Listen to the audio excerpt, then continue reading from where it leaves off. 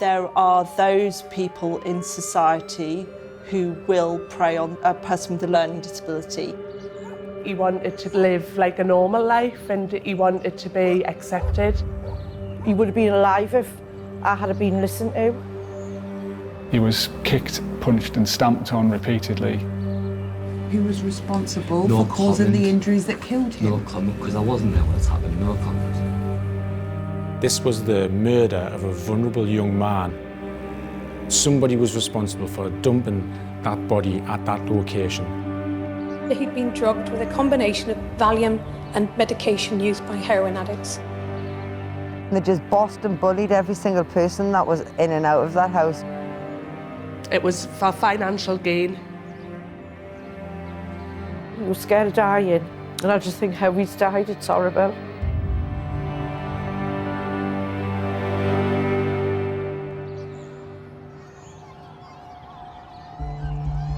There are many examples of people with a learning disability who have been abused by people who they thought were friends.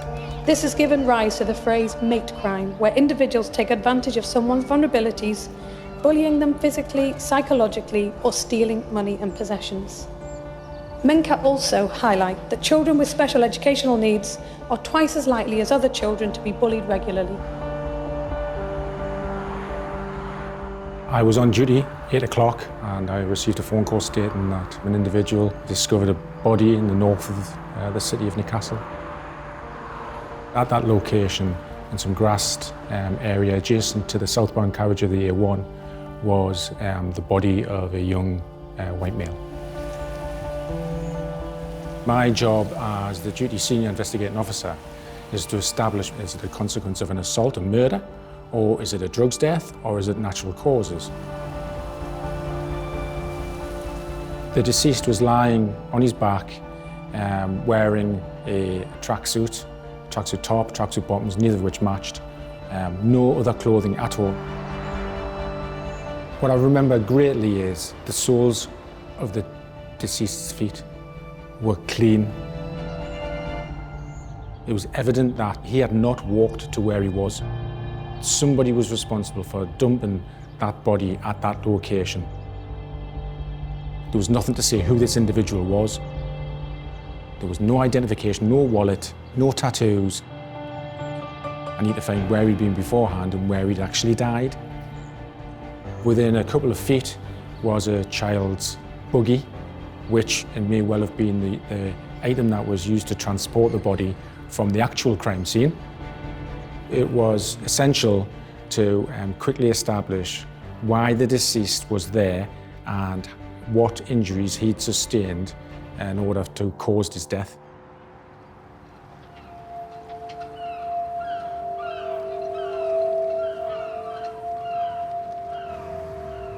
The post-mortem took up to 7 hours. He did have an injury to the bridge of his nose, but due to the condition of the deceased's rib cage particularly, it was evident that he'd been subject to some sort of blunt force trauma. Now, the pathologist described that as something akin to an individual being involved in a road traffic accident where they weren't wearing the seatbelt, and he'd been the subject to what I believed at that time to be a homicide. I identified the deceased via his fingerprints during the course of the post-mortem. As a detective, I've worked on a couple of hundred homicides, and I can't recall, other than one occasion, of any other homicide I've investigated that has had the victim identified by such means. And they identified that the deceased was in fact Lee Irving. It must be the shepherd's pie. The shepherd's pie. Better than Brussels.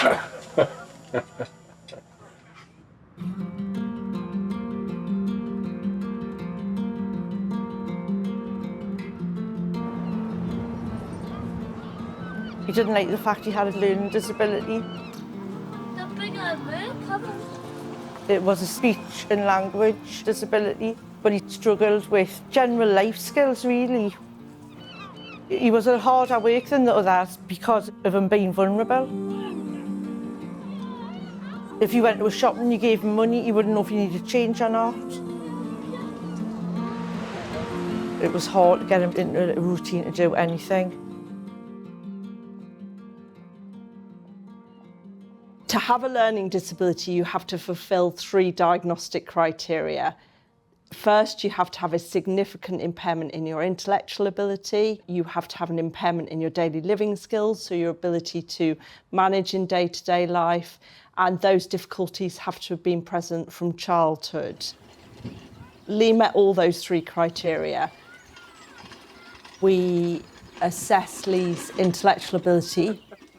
Lee achieved a full-scale IQ of 56. Essentially, Lee performed the same as or better than only 0.2% of his peers.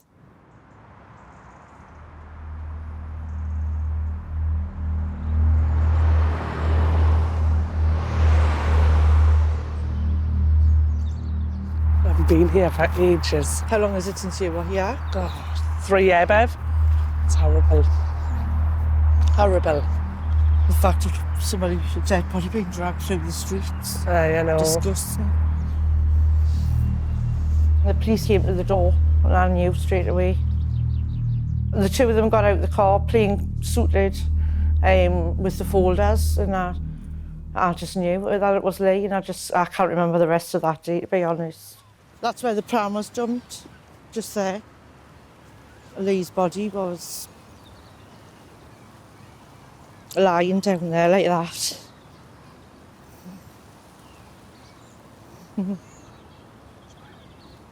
Hard to believe such a lovely person can just be dumped like a piece of dirt like that.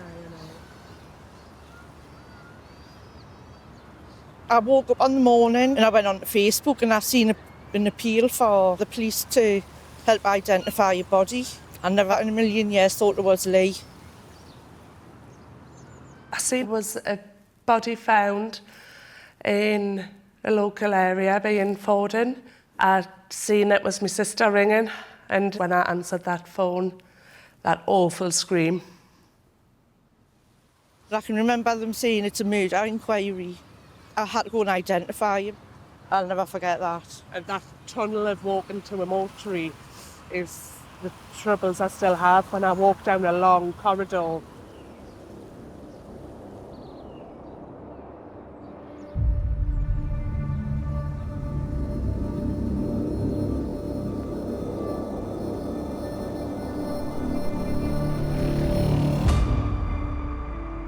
The officers attending, when speaking to Barry Emery, decided to arrest him on suspicion of murder at that time. They were not satisfied with some of the answers he was giving them, the explanation he was giving to them as to why he was in that area. Emery gave 33 Studden Walk as his home address to the custody sergeant when he was processed at the police station. So we attended that address and secured it. We spoke to the occupants. James Wheatley, who had a long history of offending, Lee's mother, Julie Mills, and Wheatley's girlfriend, Nicole Lawrence. At the inception of the investigation, I've got a family liaison officer talking to Bev, who's telling us Lee's death, that it had been as a result of his staying at 33 Studden Walk. The last time I seen Lee alive was 1st of April 2015. And he had arranged to go to his friends, Jeff. I was happy for Lee to do that because it was socialising for him with good people. And he left Jeff's, but he never arrived home. I think when he first started going up there, he liked the fun of it, a change of scenery, and he probably thought that they were going to be a good laugh and good friends. But in the end, I think he realised he couldn't get away, he was scared to get away.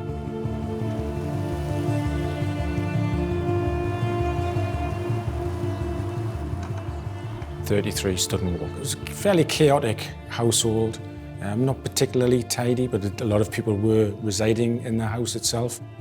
Lawrence, Wheatley and Mills all said that they didn't know who Lee Irving was and that nobody else stayed at that address.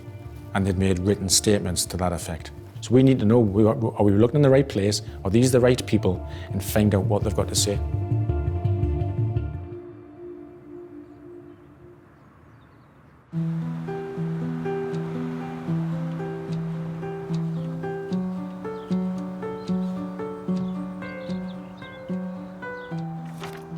believe you've got all these still. I went on the bus till he says. You drew a picture of you in the house. It was the person in the window. That was when he was born in hospital. It is. He looks quite big on there, but he actually was tiny. Gorgeous. Oh. Lee was born on the 16th of February 1991 in Newcastle General Hospital.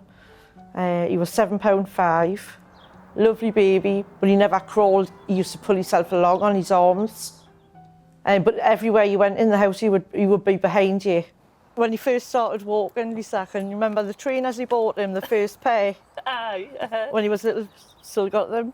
Cute. I remember this. I felt so proud. I think I was about 11 years of age and I bought him these. He struggled to socialise with the other children.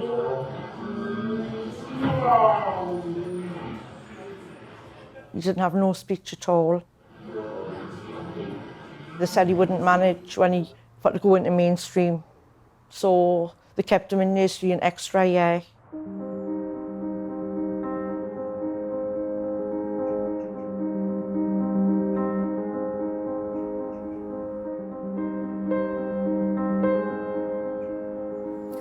Shall we have a look at some school reports?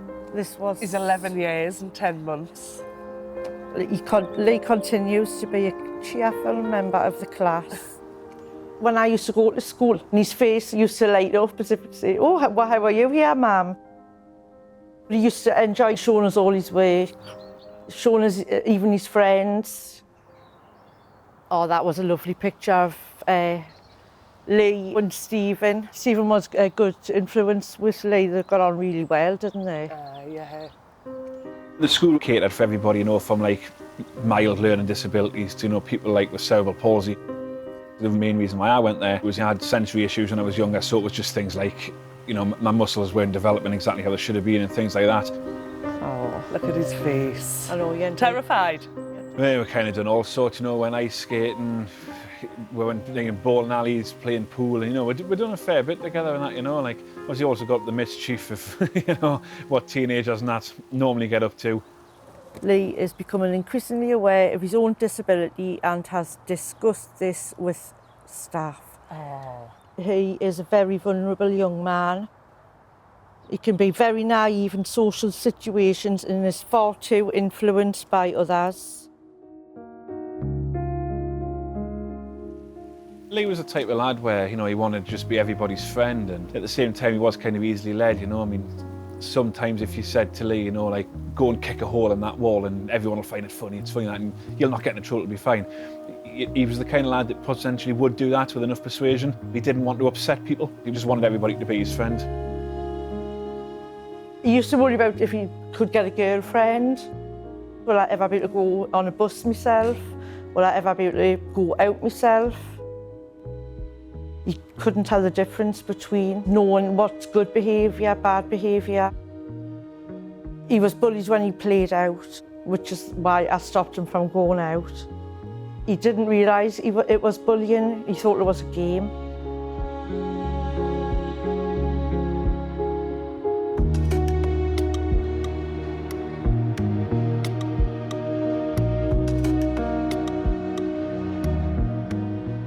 Children's services, I'm sure, were pretty good.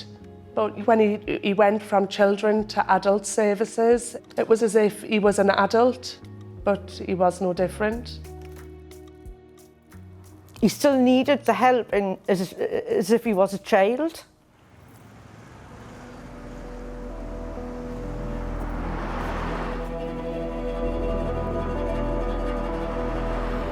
Lee would go out and not come back home, but not say where he was going. I think Lee snuck out of home because he wanted to form a friendship group, try and look out there to sort of just live like a normal life, and he wanted to be accepted. I found out he was with the homeless people and sleeping rough with them in the city centre. I would go searching for him and find him and bring him back. It used to break my heart. What Lee had on offer at home was a loving and caring family who wanted the very best for him, but at home he would have to face the reality of his learning disability, that he needed support with daily life. And I think that a life on the street would have given him a sense of independence and freedom. I would get messages of people on Facebook asking, you need to keep Lee away from these people because they're using him, they're getting him to go into shops, pinch things, and then they're taking it off him and telling him where to go. Lee couldn't see the risk and he didn't understand that he was being exploited and coerced by those people.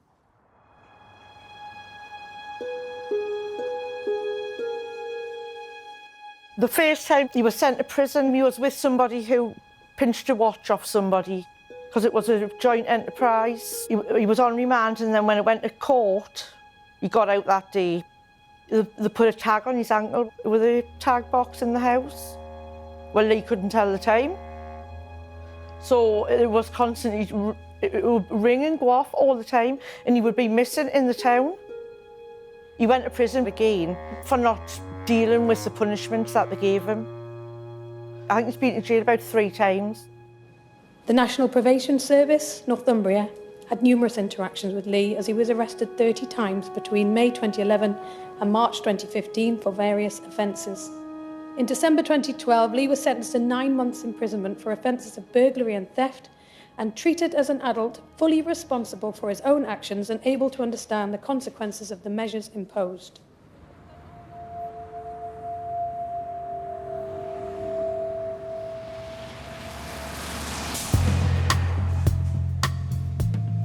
I knew Lee from about 2014.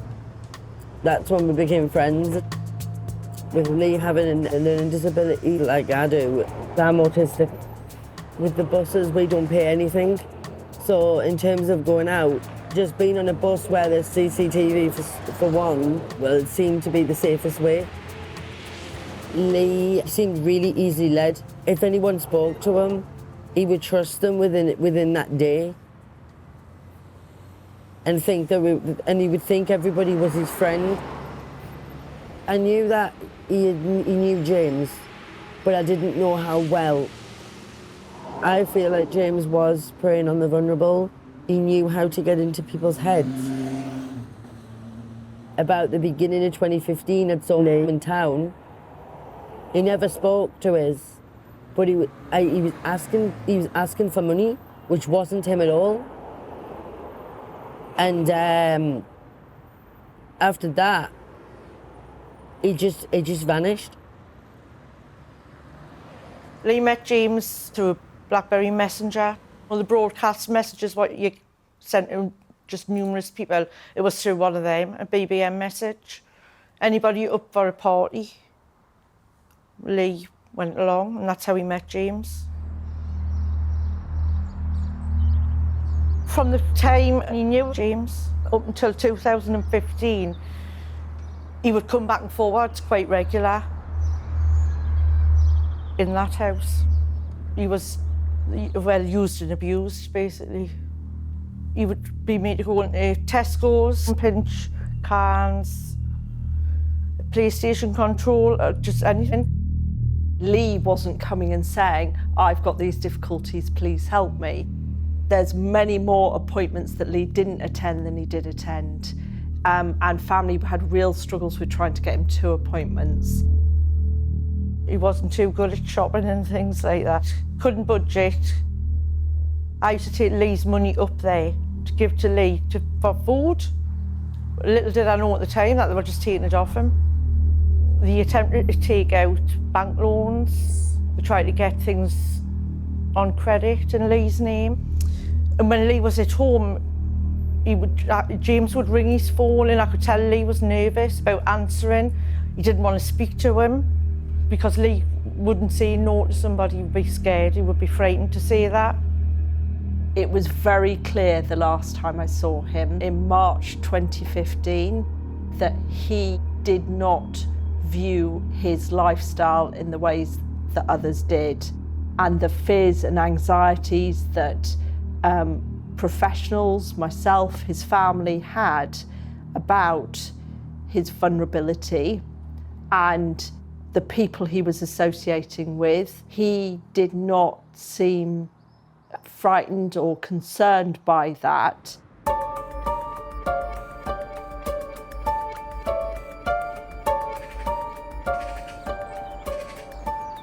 We quickly made some house-to-house inquiries. We identified somebody who had seen somebody pushing a child's buggy with what that person assumed was a drunk male sat in it. So having identified that the deceased died as a consequence of an assault, and then I've got a family liaison officer talking to Bev, who's telling us that her son had spent a lot of time at 33 Studden Walk, and that the people who live in the house, James Wheatley, Julie Mills, and Nicole Lawrence, are telling my colleagues there that they didn't know who the victim was at all. That told me they were immediately lying, and so they were immediately arrested. 33 Studden Walk is secured as a crime scene. However, I needed to put Lee Irving in that house. More than that, I needed to put Lee Irving in that house being assaulted. And that's the bigger challenge.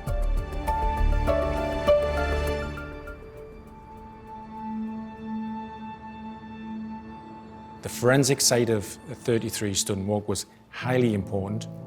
There was no obvious area where there'd been somebody being subject to an assault.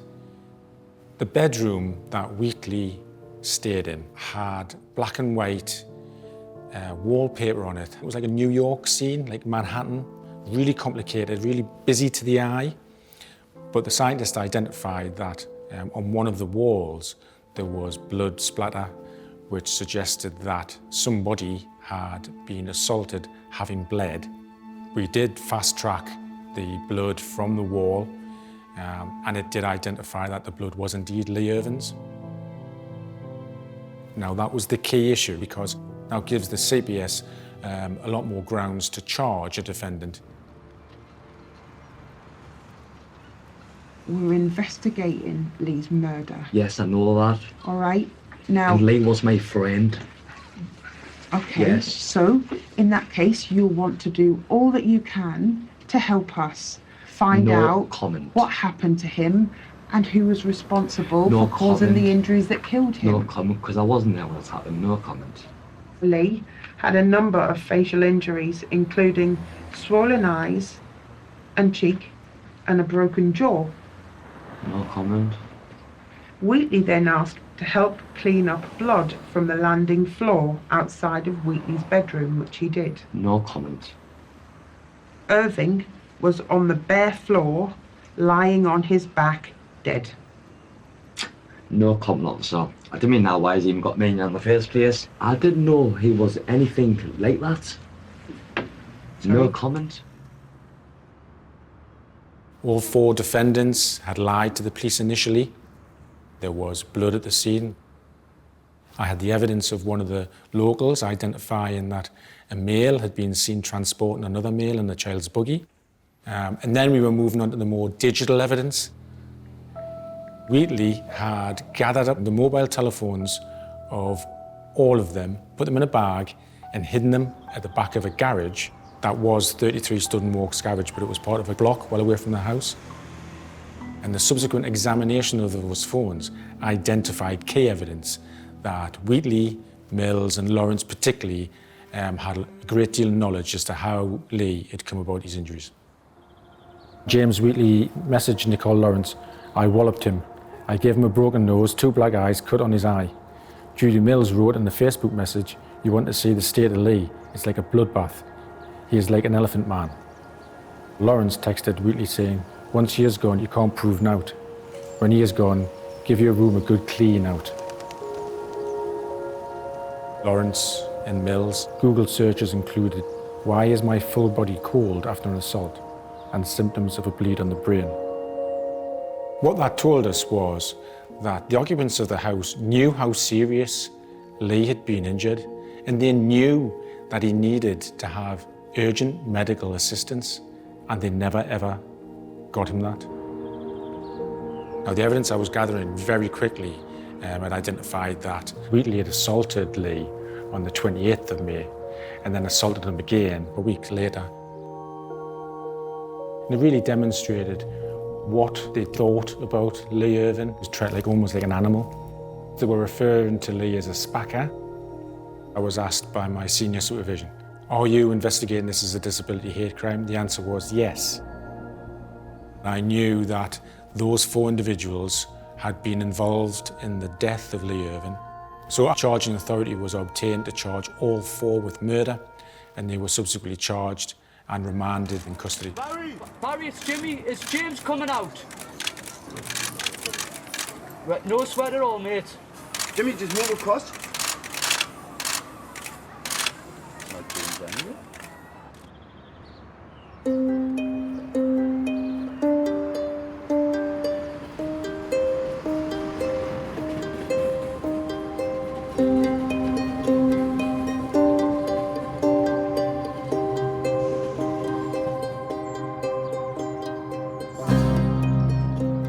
I came to know about Lee's case by covering the trial. The details of what came out in court were shocking, and it was clear that the case was going to have some national significance. The pathologist identified that the deceased had numerous fractures to his ribs, in excess of 2 dozen injuries. The attack on Lee was ferocious. He was kicked, punched and stamped on repeatedly. He had a broken nose, broken jaw, facial and scalp injuries, including extensive bruises. He had grazes and lacerations to his legs, bruising to his lung. Some of the ribs had started to calcify, i.e. heal, and then been fractured again, which would give us a suspicion that the victim had been subject to more than 1 assault. The cause of death eventually was respiratory failure due to the extent of his injuries.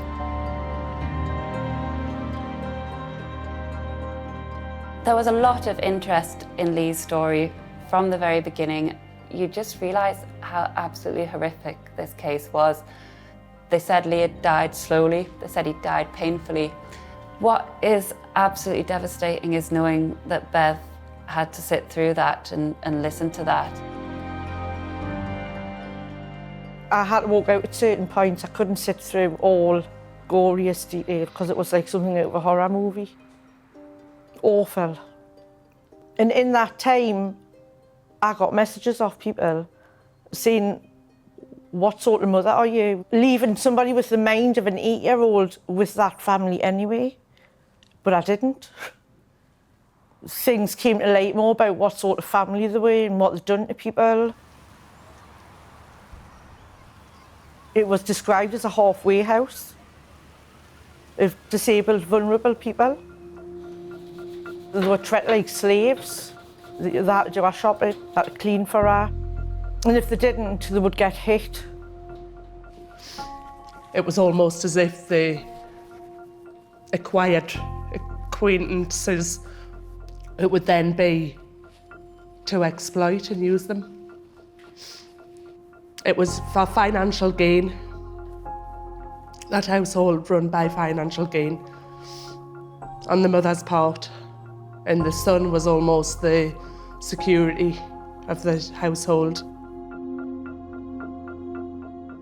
It was said in court that she had 4 lots of people's disability benefits going into her bank account and then tried to get a 5th one, which was my Lee's, but failed because she didn't know Lee's national insurance number. Julie almost encouraged vulnerable adults to attend that address. We do know that Lee Irving was being exploited. They were taking money from his bank account, and I've got no reason to believe that they wouldn't be doing anything else with others of a similar nature.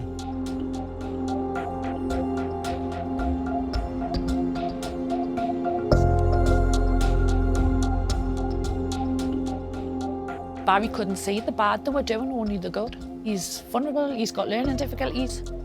He's a kid in an adult's body.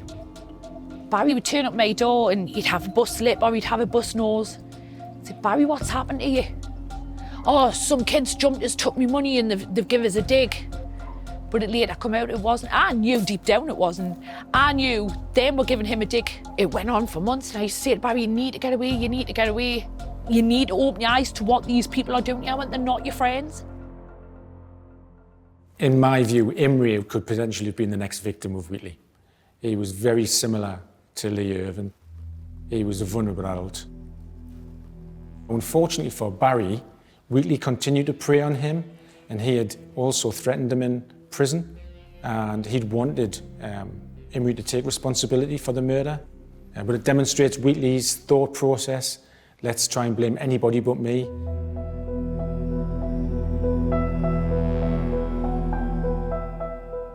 There was a witness, Michael Pearson, who spoke about having gone round to the house to fix a computer.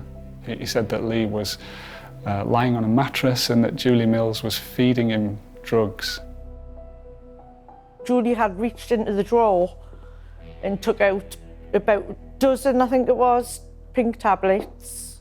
And she went over to Lee, pushed them into Lee's mouth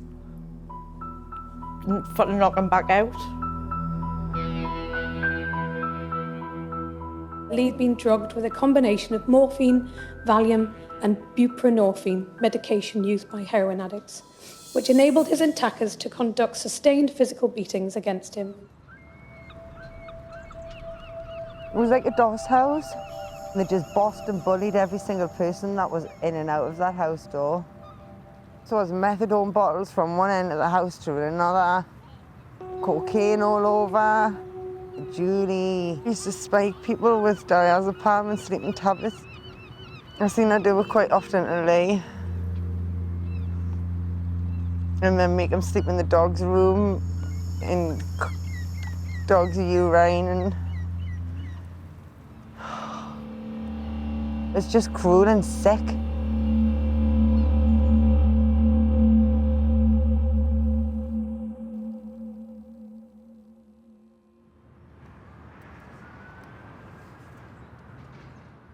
So at the very end of the prosecution case, over 70 witnesses were given live evidence. The 68th witness, an ex-girlfriend of Wheatley, gave evidence. He knew I was in a bad place, so he fed his diazepam. 28 diazepam a day. And then took control of his, and more or less told me I was with him. Physically and mentally tortured us.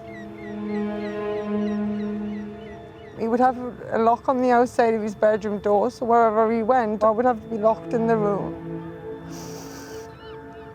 One of James's friends would come in and I would look at them and then I would get burst lips or 2 black eyes, maybe a broken jaw. And that would be like the routine of every day. She mentioned an incident where she'd been held captive by him and assaulted. And it was so prejudicial that the jury would have disliked him so much they would have just sought any reason to convict him. Now that's not the fair trial. It must be a fair conviction. So the retrial was ordered.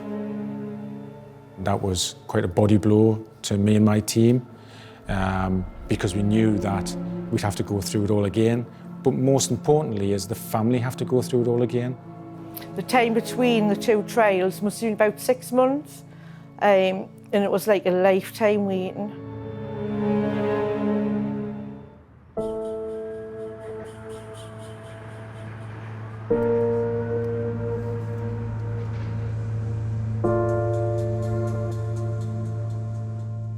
It was quite hard to sit through all of this evidence again. Because once you've heard it once, you just see that kind of evidence you don't want to hear again. My memory of the second trial is that it mirrored the first trial. Their defence statements said, well, Wheatley said that Imrie had done it, Mills said our son had done it, but only just in a suggesting way. Lawrence said she hadn't been involved. Of the 4 defendants, only Barry Imrie chose to give evidence from the stand, the other 3 didn't. Says Barry, look, I went, if you don't speak, you're going to make yourself look guilty. I went, so this is where you do have to be brave and you do have to open up.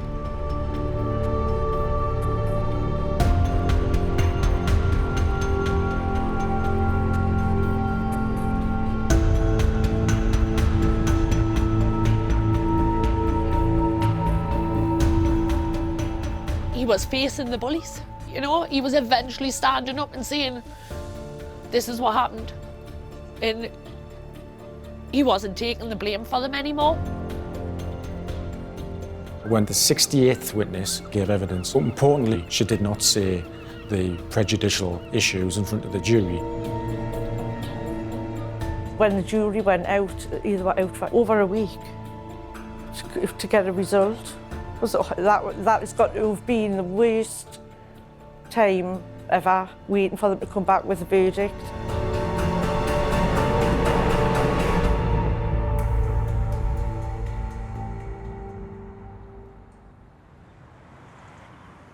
When they said, do you find James Wheatley guilty or not guilty of murder? And when they said guilty, I couldn't believe it. I just screamed and ran out. James Wheatley was sentenced to life with a minimum term of 23 years. When Mr Justice Sill was sentencing, he said that James Wheatley was a brutal bully, prone to explosive outbursts of temper. That was, you know, a long sentence for murder, and he remains sort of on our list of the longest life sentences in Newcastle. So I think that showed the gravity of this crime. Julie Mills was given 8 years. Nicole Lawrence was jailed for 4 years. Both of them extended on appeal, both convicted of causing or allowing the death of a vulnerable adult and conspiracy to pervert the course of justice. Barry Imrie was cleared of murder and manslaughter, but he was convicted of causing or allowing the death of a vulnerable adult and jailed for 3 years. Yes, he's done wrong, he's held his hands up, but he's vulnerable. It was 10 years. Their family had their clothes into my brother in total. 10 years of the backhanders, they're taking the money off him. You take no joy in it. All you are is just relieved that you've done your job and the family's got justice, as has the victim. This was the murder of a vulnerable young man who had his whole life in front of him, and he'd been subject to horrendous abuse at the hands of these 4 individuals. So you're going to have a heart of stone not to be affected in some way by that.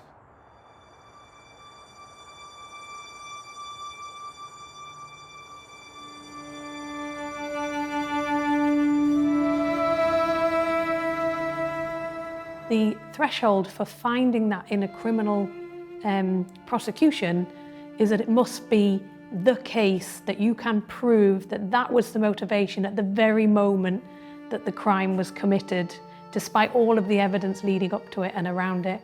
If we could not find in this case that the awful crimes perpetrated against Lee Irving were not related to his disability, then the law is not reflecting, in my view, the severity and the seriousness of the situation. I gave evidence about Lee's learning disability and his vulnerability at trial. I was disappointed that the sentencing didn't reflect that this was a disability hate crime. I know that Lee was the person in that house that was murdered because he had a learning disability, because he was the least able in that house. The trial left questions about how Lee ended up living with the people who had exploited him so terribly, and there was a serious case review. It told how Lee had been in contact with 14 different agencies throughout his life. I think what you got straight away was a sense that this didn't need to happen. There were missed opportunities. One of the last times I've seen him, Lee exposed his right arm to show me there was various bruising up his arm. He told us it was James Wheatley. When I had spoke to the social worker, when I knew he had been in danger, I would ring Annette up and say, look Annette, I need Lee out of this house because he's getting bullied, he's getting tortured. I had a phone call from Bev and she was distressed and fearful for Lee's safety. At that point, police and social services went to the house to see him, and they said he wasn't in danger. There was nothing done. That welfare check consisted of walking into that property and asking if Lee was okay. And Julie Mills was speaking for Lee and told him he was fine. They said, if he wants to be there, Bev, he can be there. He's happy, he's over 18 now. So they took me right away as a parent. And I couldn't do anything about it, not a thing. And they tried her best for me. She tried to get him brought back home, but the social worker said no. He would have been alive if I had been listened to. I want to support the people I work with to have meaningful and valuable lives in the community, but sometimes we work with people who are at risk and don't recognise it. Those individuals need to be safeguarded, but Lee wasn't. They've got that learning disability for life. That is not going to change. Once they turn 18, he still needed the help as if he was a child. Following the publication of the Safeguarding Adults Review in June, Lee's mother, Bev, commented, "I had my son reported missing 3 times in the previous few weeks up to his death, and they wouldn't bring him back." I think there's no doubt in my mind that Lee was failed. And I think, though, it's important that we look on it as a whole system failure. That transition from childhood to adulthood needs to have much more regard to a person's capacity rather than their arbitrary age, because you're still the same person the day after you turn 18 as you were the day before.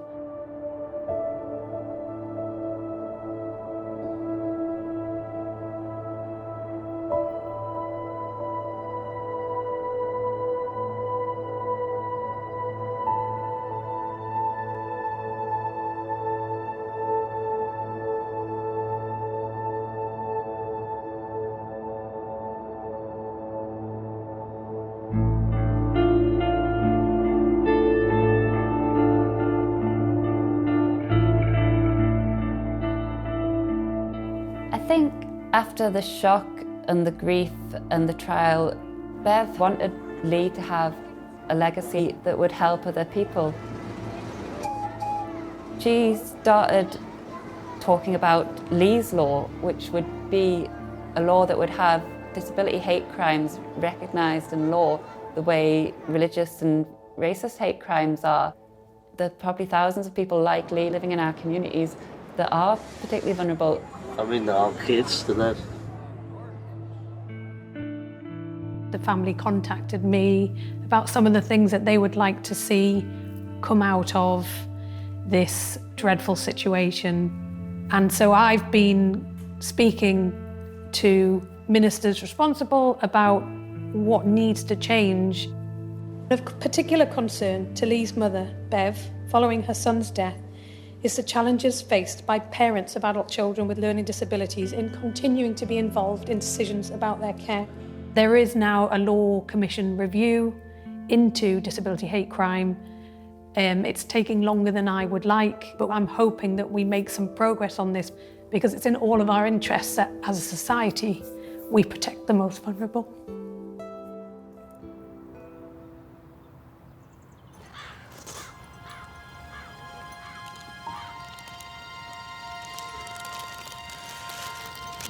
Right, I'll put them on that side. My son Owen likes to come up here and sit and chat with him. It's a massive miss, isn't he, son? Yeah. Peaceful up here, isn't it? I could sit up here all day. After his funeral, I came here and I felt more close to him, knowing that he was actually here as well. I used to jump over the fence and sleep there, stay there all night. It was terrible at first, I couldn't leave him. I think because he was scared to die, he was scared of dying.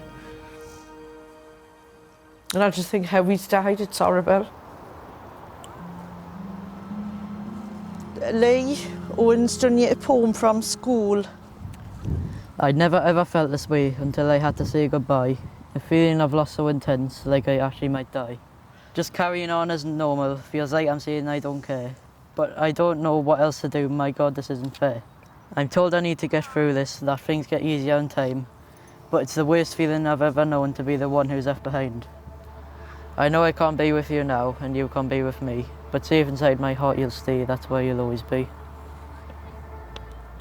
Amazing, well done, son. You'd be proud of you. He was a family person. And I miss all that, it's just so quiet without him. Because he used to talk the head off you. Life's changed so much. It's known that he'll never come to the door again. Like, he would never have an invite, he would just arrive.